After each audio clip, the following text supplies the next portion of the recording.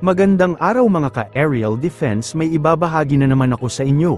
Dahil ngayong araw na ito ay may pag-uusapan tayo tungkol sa depensa, Amerika at Pilipinas magpupulong dahil sa mga banta sa bansa. Pero bago tayo magpatuloy, huwag mo muna kalimutan mag-like, share and subscribe. Manatiling nakatutok sa aming channel para updated ka sa balitang militar at West Philippine Sea. Kinumpirma ni Pangulong Ferdinand Marcos Jr.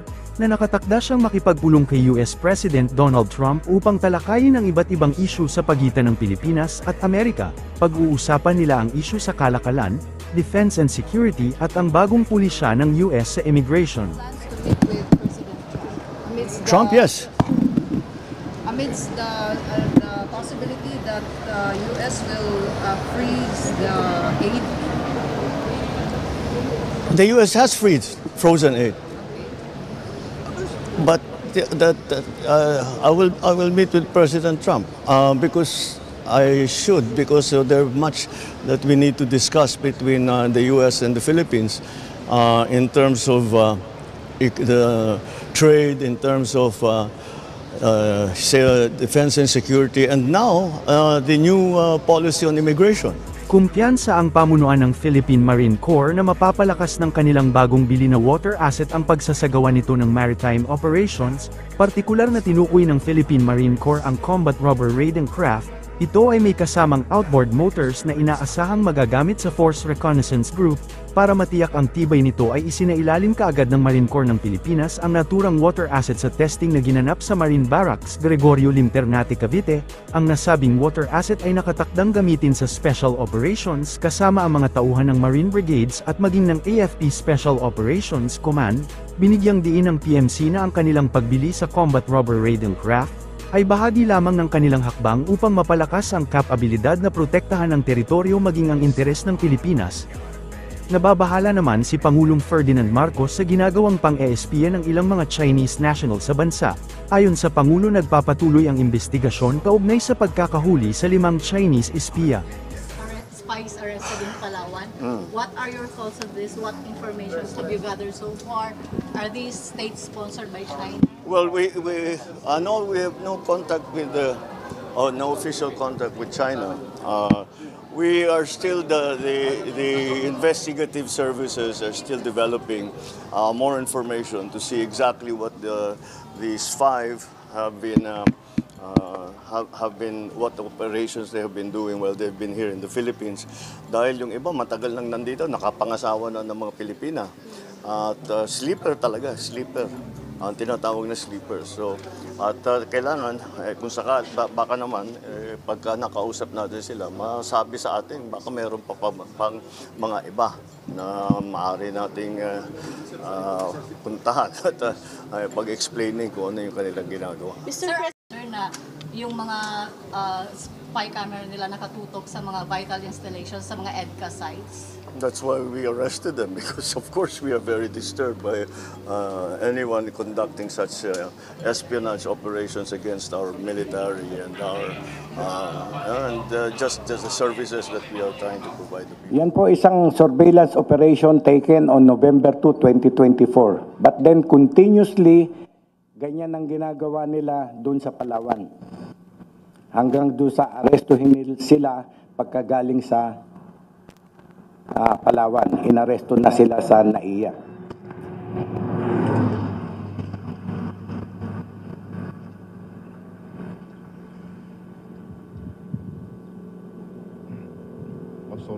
Sino ito?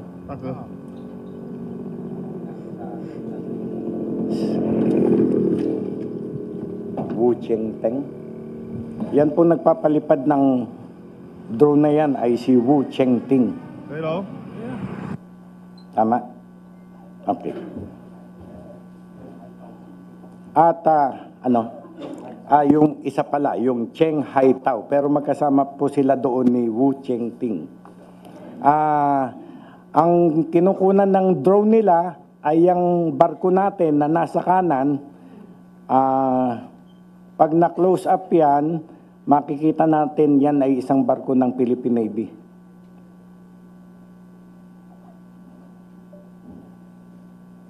Okay.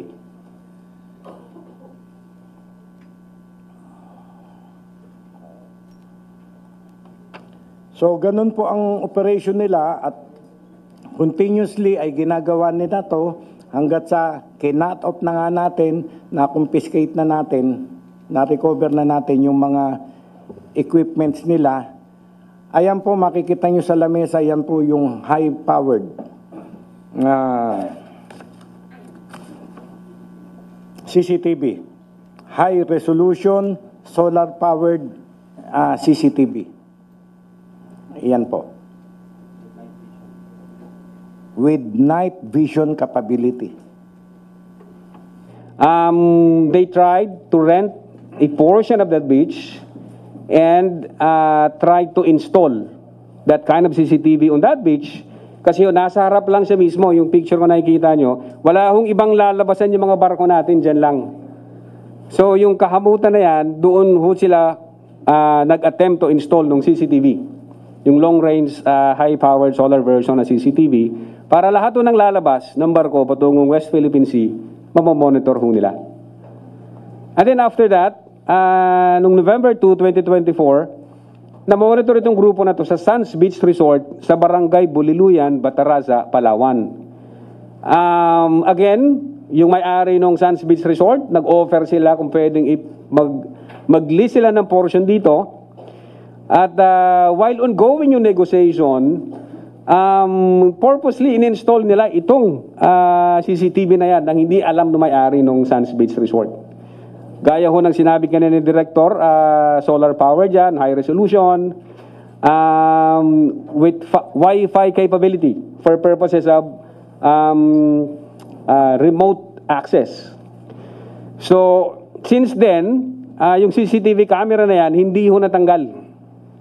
In other words, the group is undoubtedly engaged and continuously engaging in data collection and disclosure of that data to outsiders.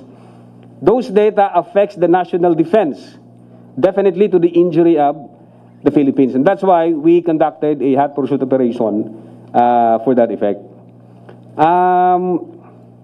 Malalaman ho ninyo, yung Buliluyan, Bataraza is of strategic importance in the south of Palawan. The location is within the vicinity of EDCA site. And the Philippine Coast Guard vessels can be monitored from docking to its routine missions in the WPS. It serves as a secondary port due to its proximity to the North Balabac Strait, a vital sea lane of communication, where some PLA Navy vessels have been monitored passing through in the past months. So, sa bintana yan, tingnan nyo yung power niyan in terms of zooming in and zooming out. Kung gaano ka high-tech yung gamit na yan. So nakikita nyo, ganyan kalayo. Kung i-zoom in, tingnan nyo.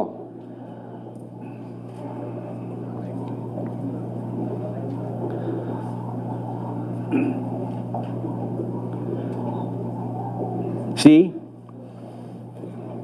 Ganun siya ka-high resolution.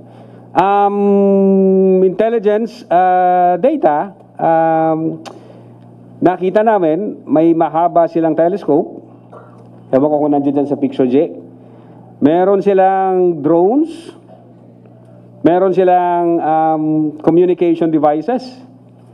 And they are constantly 24/7 monitoring the movement of our Coast Guard and naval assets there.